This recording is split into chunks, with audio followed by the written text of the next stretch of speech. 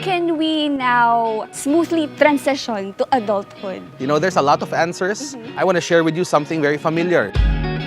Ikaw na bang nagbabayad ng sarili mong bills? Ikaw na bang nagbabudget ng sarili mong gastusin?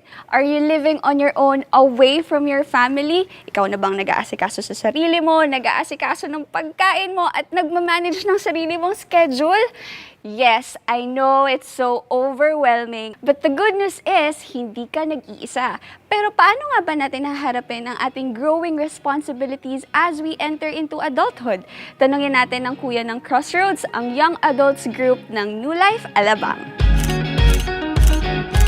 Hi, Kuya Mond! Hey, Rhox! So, you deal with young adults a lot. Ano po ba yung mga na-observe yung difficulties that young adults like us face? Well, there's a lot of issues, that go around, especially with the young adults nowadays. There's issues about finances, issues about their career, about going on to the next level. Single ka, gusto mo na mag-engage. Engage ka, gusto mo na maging married. There's a lot of issues. Also issues about even depression. Like a sense of belonging. Yes. That's why we see a lot of issues of suicide, nowadays. There's issues about social media, like you find your identity and who you are in social media, where there's a lot of influencers nowadays. But what people don't see is that even the influencers, they have to go through life's processes. Yeah. They have to go through life like the way that you and I do. They need people to surround them as well. They need the right relationships. What they see is the polished product that's on Instagram, that's on Facebook. But behind that, they're just as real as we are. Kuya Mond, ano po ba yung best way to cope with these difficulties? I believe that one of the best ways that young adults can cope with this is really having a strong sense of the right relationships around them. Relationships that would believe the best in them, relationships that would bring out the best in them as well, relationships that would love them as they are, but would love them too much to leave them the way they are.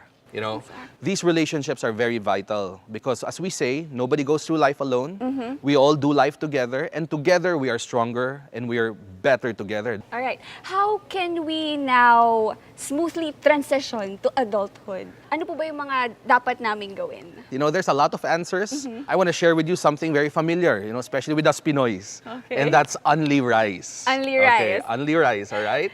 R stands for rest. The society today and the pace of life is very fast changing. You could be studying college one time and then all of a sudden you might be having kids already, sometimes having kids even before getting married. That's just the reality of life. Mabilis. And in the middle of that, you have no time to learn, how to be as such. So you need some time to rest where you have time for yourself, where you have some time where you can just rest, recuperate, receive for yourself, strength.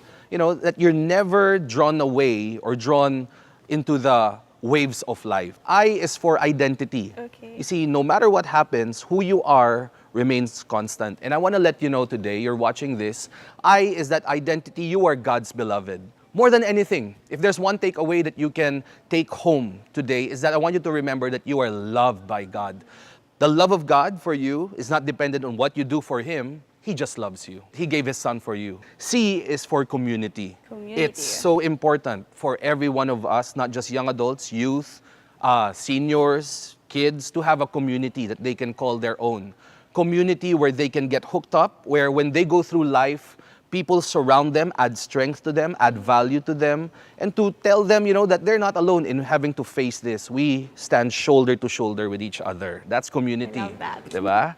And E is for education. What does that mean? That means that we never stop learning, which means that in the different seasons that I'm facing, from being a student to being a young adult worker, I study. I study to become the best father I can be, study to become the best husband, the best entrepreneur. For those of you who have business in your heart, study investments. Study how it is to be an entrepreneur. You have a president, a CEO that's a friend of yours.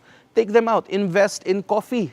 What's coffee in exchange for such vital truths that can guide you in life? The more that you learn, the more that you are prepared. And sometimes in the busyness of life, that's one thing we set aside because we think that information is everywhere. And yes, it is, but it's important to know the information that gets you through the challenges in life. And not everything we should take in. Sometimes we chew the meat, we spit the bones. with all the information that's out there. Wow, napakaganda nun. Tandaan niyo mga breakers ha. Rise, only rise. Rest, identity, community, and education. Thank you so much, Kuya Thank you so much, Mond. Rhox. Thank you so much.